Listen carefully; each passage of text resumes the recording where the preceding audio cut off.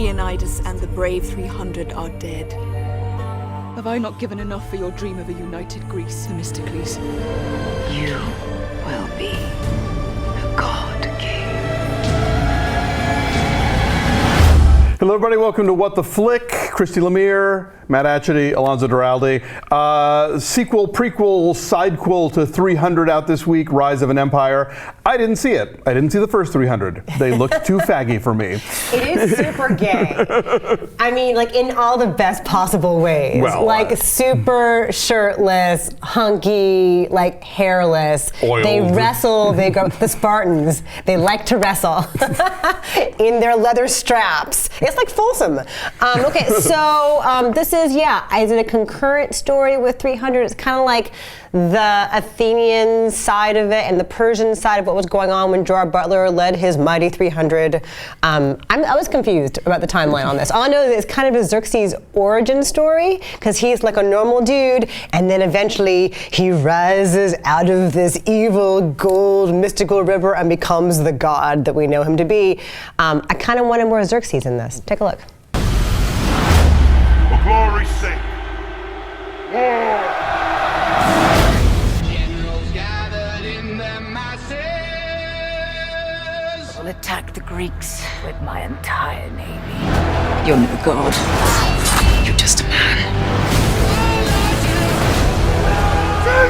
So it's hilariously, ridiculously bad and numbing and over the top. I kind of wanted to start a speed ramping drinking game, right? What's speed ramping? Okay, so the thing where it's super slow, slow, bam, Yeah, right? that. And like within the first 2 minutes, they do it 80 times. So Explain this to me. I had gone to see this right after seeing Peabody and Sherman. That's a full day. Which does a spoof of the 300 style speed ramping. That's really So it funny. was very hard to take this seriously. The other distracting thing about this screening for me, some asshole brought a couple of 10-year-olds to this movie. It's super R. This is a very hard R, and I'm going to say this right now. Yeah. You bring little kids to this movie, you're a bad parent. Yeah. I'm just saying so. No, it's true. I mean, like, it's super violent, and Yeah. of course it's really cartoony, but then there's this ridiculous hate fuck scene between... Among other things. Between Eva Green and Sullivan Stapleton. Yes. It's naughty, it's violent, it's weird. This movie Yes. really wants to be 300. And It's similar. And it's in the title. It gets a lot of the things that stand out. It's, a lot of the blood flying around and, the angry sex and the speed ramping and all of that stuff. But it doesn't ever hit the way 300 does. For all of its flaws, 300 has its certain effects. And I kind of enjoy 300 in spite of myself. This one, like, there's no there. Like, they try and set up. They want to do the similar thing, like the Athenian force is facing the same stakes that the 300 Spartans did. And it's this heroic last stand that this small group does against this overwhelming force.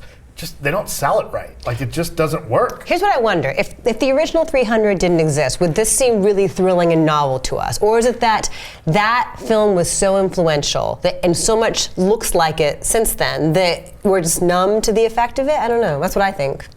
I think part of 300, all the effects really do serve what's kind of an interesting story, based on history about this very small group that stood against an overwhelming tide of a superior force.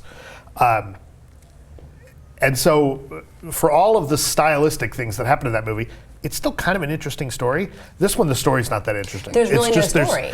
There's too much going on. Like, you're supposed to find out, like, the backstory on Xerxes and the backstory of Artemisia, played by Eva Green, and kind of the backstory of Themistokles, and then they all come together and there's things that are happening and they want to tell you, like, okay, here's what's happening over at Thermopylae, but then we're going to do this over here. Yeah, exactly. Like, meanwhile, back in Sparta. Right, exactly. Like, meanwhile, over in Sparta. They're wrestling again. And it's just like, they get all the style kind of right, but the story is just so all over the place that it's a mess. But it's a mess. It's too much happening, and yet nothing really happened, right? They're all sort of spinning their wheels, and then there's a fight. And they spin their wheels, and then there's a fight. It's a battle, I should say. And some of the nautical battle stuff is pretty cool.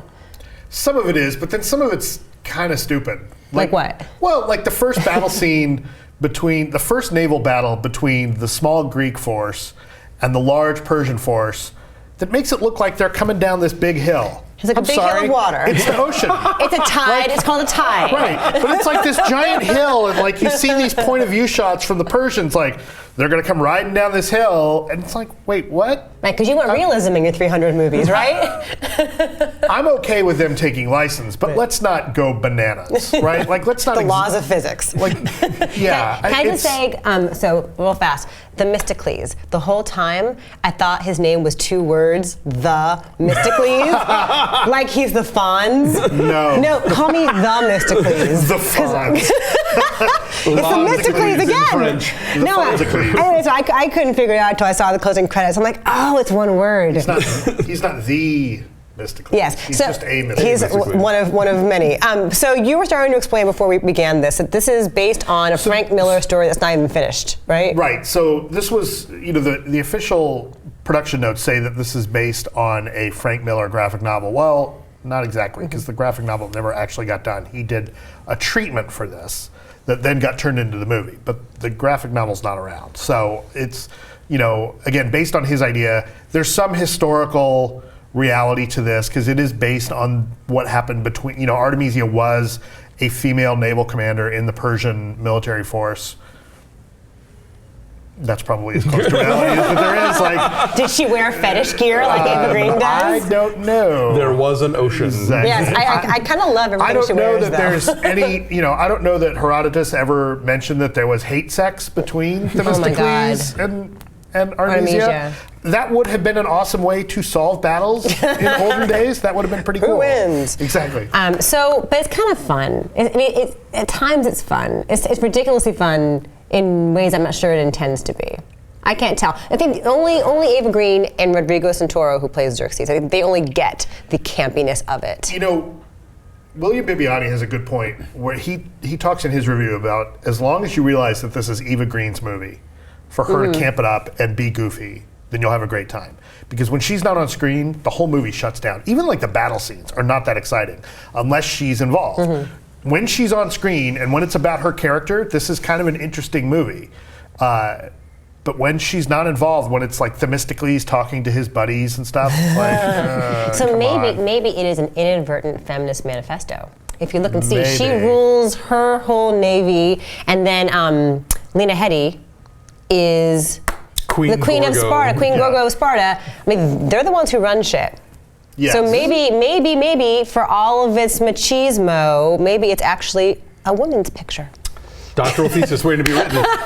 Numbers. Okay, the numbers. I give it a 4. Yeah, 4.5. It's still not very good. Okay, so and also Ben is not here. Yeah, he's under the weather, but he did submit a rating. It's a 0.1. I sat next to Ben at this movie last night. He's not feeling well. So his 0.1 drops us down to a 2.9. It is at 57% on the tomato meter. It's dropping on the tomato meter. But the first 300 did pretty well. The first 300 right? is just barely fresh, actually. Hmm. So this one, I think it's going to drop some more. We could only hope. All right, hey, have a great day. Don't see this. Bye.